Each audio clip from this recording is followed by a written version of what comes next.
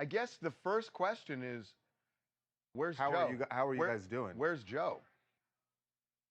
He's pretty pissed off with me. So he's been, I think he's at his sister's house. He's not talking to me right now. So yeah. Keisha, how long ago? Obviously, we saw in the video that Joe's saying he had no idea that you had this account. How long? How long is the account? Have you had the page? I've had the page for at least over a year. It's on my Instagram and my LinkedIn, but that's what happens when you don't pay attention to your wife, period. Um, and, you know, he has a friend that he's been entertaining, and she decided that, she wants to really put a bigger, wedge in our relationship. So she went digging around my page and was like, oh, do you know that she has this? And it blew up from that. And it's no secret Joe's financial issues, Hmm. and I have always made a good life for myself, you know. Before I met Joe, I was living overseas in Europe, and I had established myself as a singer, and I came back here, thinking that with his persona and who he was, once we got together and I found out who he was, that it would only take off, other things. But, not everybody's hustle and drive are the same. And depression is a serious thing also. So, I've been just like, supporting and dealing and going through his trials and tribulations with him.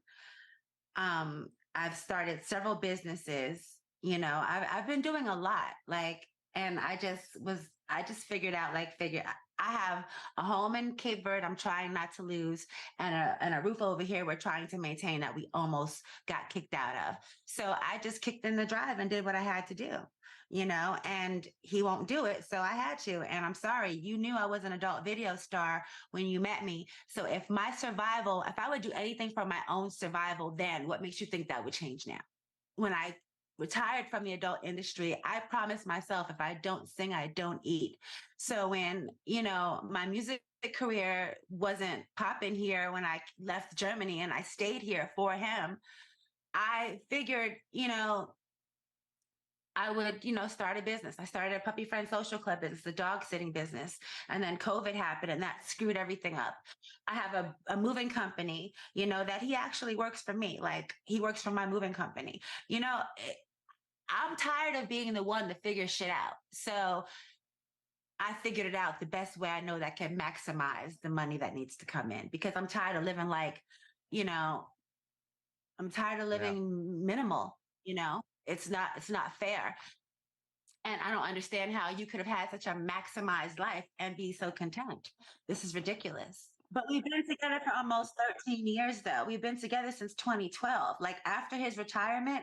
And it really wasn't a retirement that he wanted. It was a forced retirement because he just got locked out after the lockout in the 2011 lockout. You guys remember, Right. he just never got a new job. Nobody wanted him anymore. So, there was a depression, and I've been going, dealing with all of this stuff. And I'm sorry, I'm not sorry for what I'm doing. I'm just sorry that he can't understand that that wasn't a selfish decision. It was a decision that I made. I made an executive decision when my man wasn't taking the lead. I really love Joe. Um, I love him. If he never speaks to me again, I still will do things to help him or whatever I can, because he's my family. He's like an intricate part of my life, and I just want the best for us. I wish he wanted that also. That's really where I'm at. I wish that he wanted the best for us, because he's not really wanting the best for himself. So I can't expect him to do for me what he can't do for himself, I guess. And that's why I just did what I had to do. Have you drawn that line in the sand that you will continue doing OnlyFans?